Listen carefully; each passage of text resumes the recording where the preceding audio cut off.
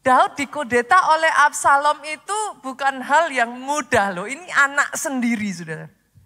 Kalau bukan karena Daud punya sahabat-sahabat yang setia. Itu kisahnya akan berubah, saudara. Oh benar, saudara. Daud itu hitam di atas putih. Sama Ahitofel udah pasti kalah. Karena Alkitab mencatat nasihat Ahitofel itu, saudaraku, setara dengan apa? Disamakan dengan nasihatnya Tuhan. Disamakan dengan nasihatnya dewa-dewa, saudara. Ahitofel itu kalau merencanakan sebuah strategi, hampir bisa dikatakan tidak pernah gagal. Tidak ada ceritanya dia merancangkan strategi gagal. Saudara mau buktikan? Daud gak pernah kalah perang, saudaraku. Salah satunya Ahitofel ini adalah penasehat di balik Daud, saudara. Used to be like that. Tapi tahukah saudara, kenapa Daud bisa menang? Ada nama-nama ya, bahkan kalau saya sebutkan, coba ya, pernahkah saudara dengar nama Gujilai? Si? Saudara nggak pernah dengar namanya. Saudara bisa cari di Alkitab, Guzilai. Ini adalah orang yang in charge over every little detail kecil dalam kehidupan Daud dan seluruh orang-orangnya, sementara mereka dalam pelarian. Orang ini yang in charge, orang ini yang ada di belakang semuanya itu bisa terpenuhi. Sekalipun di dalam pelarian, supply-nya aman, saudara. Saudara pernah dengar nama Husai? Ada sebagian yang mendengar nama Husai, ada yang angguk-angguk. Tapi sebagian lagi ini sepertiga ke belakang, cuman gini, saudaraku.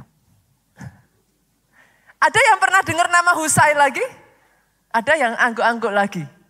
Husai ini ya saudaraku, orang yang ada dalang dibalik kegagalan persekongkolan antara Ahitofel dengan Absalom. Tapi nggak banyak orang pernah dengar namanya.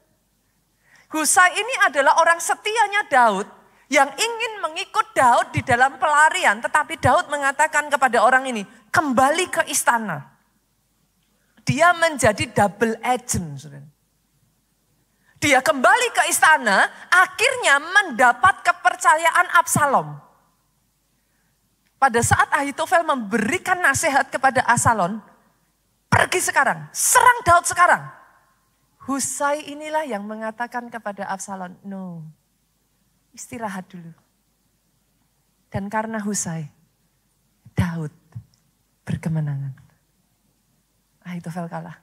Ahitofel tahu pada saat Absalom tidak mendengar nasihatnya, dia langsung pergi, dia gantung diri. Saudara. Karena dia tahu, war sudah finish, sudah selesai. Dia tahu, sehebat itu Ahitofel. Saudara. Saudara bisa bayangkan itu. Peranan dari sahabat-sahabat, jangan salah loh saudaraku. Sering kali nama seorang sahabat tidak dikenal. Tapi sadarkah saudara, peranan dari seorang sahabat bisa membawa seseorang pada destiny yang Tuhan rancangkan atas hidupnya. Itu sebabnya firman Tuhan mengatakan, hati-hati dengan pergaulanmu. Sebab pergaulan yang buruk merusak kebiasaan yang baik. Don't take it for granted loh saudaraku. Jangan hahahi, saudara gak apa-apa sampai papa. Jangan sepelekan loh saudara.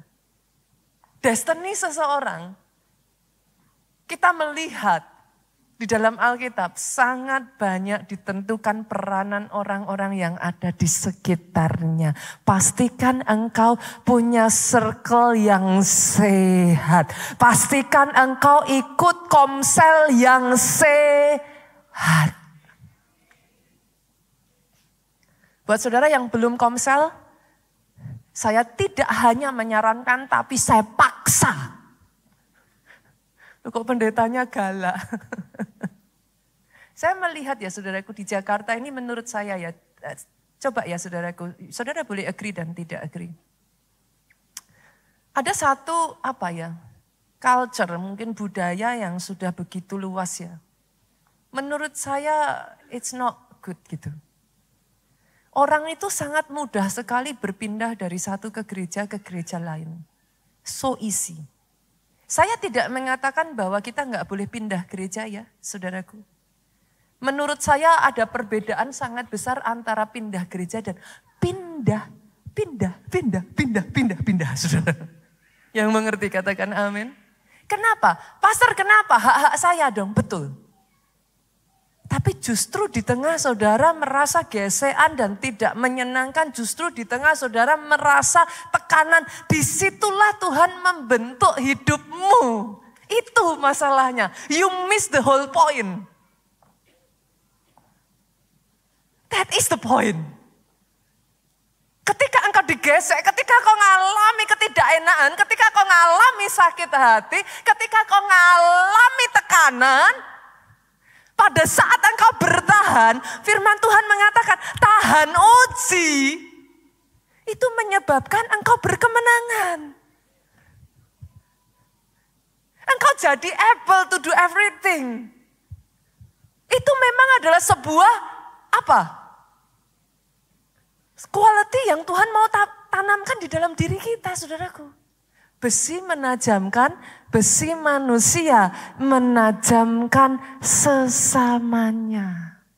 Doa saya dan orang-orang di tempat ini ya, yang kuat saat ditajamkan tetap bertahan, tetap survive, bahkan keluar sebagai pemenang. Boleh tepuk tangannya lebih paling meriah lagi buat Yesus.